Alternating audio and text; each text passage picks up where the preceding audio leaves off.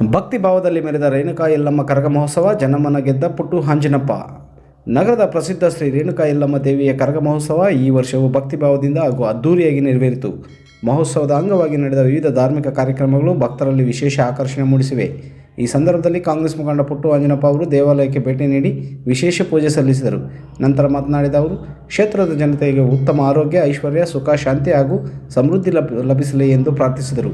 ಜೊತೆಗೆ ತಾಲೂಕಿನ ರೈತರಿಗೆ ಉತ್ತಮ ಮಳೆ, ಸಮೃದ್ಧ ಬೆಳೆ ದೊರಕಿ ನೆಮ್ಮದಿ ಜೀವನ ಸಾಗಿಸುವಂತಾಗಲಿ ಎಂದು ಆಶಿಸಿದರು. ಮಹೋತ್ಸವದ ಅಂಗವಾಗಿ ಮಾರಮ್ಮ ವೃತ್ತದಲ್ಲಿ ಶ್ರೀರಾಮ ಯುವಕರ ಸಂಘದ ವತಿಯಿಂದ ಆಯೋಜಿಸಿದ್ದ ವಾದ್ಯಗೋಷ್ಠಿ ಕಾರ್ಯಕ್ರಮದಲ್ಲಿ ಅವರು ಭಾಗವಹಿಸಿ ಆಯೋಜಕರಿಂದ ಸನ್ಮಾನ ಸ್ವೀಕರಿಸಿದರು. ಈ ವೇಳೆ ಅವರ ಸರಳತೆ ಮತ್ತು ಜನಪರ ನಿಲುವು ಜನರ ಮೆಚ್ಚುಗೆಗೆ ಪಾತ್ರವಾಯಿತು.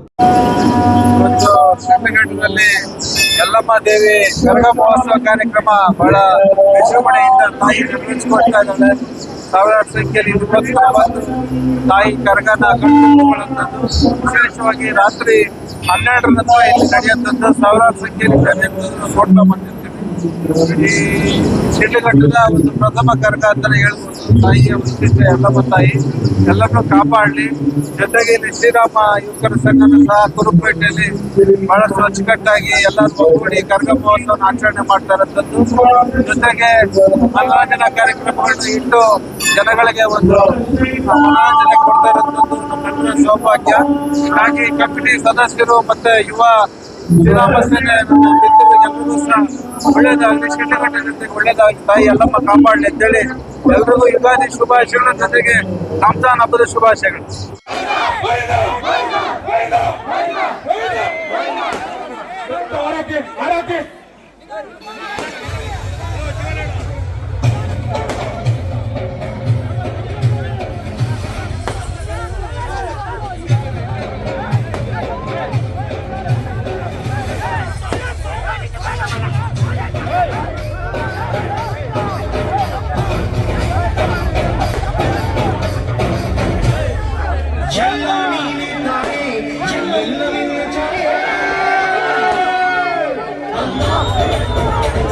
Allah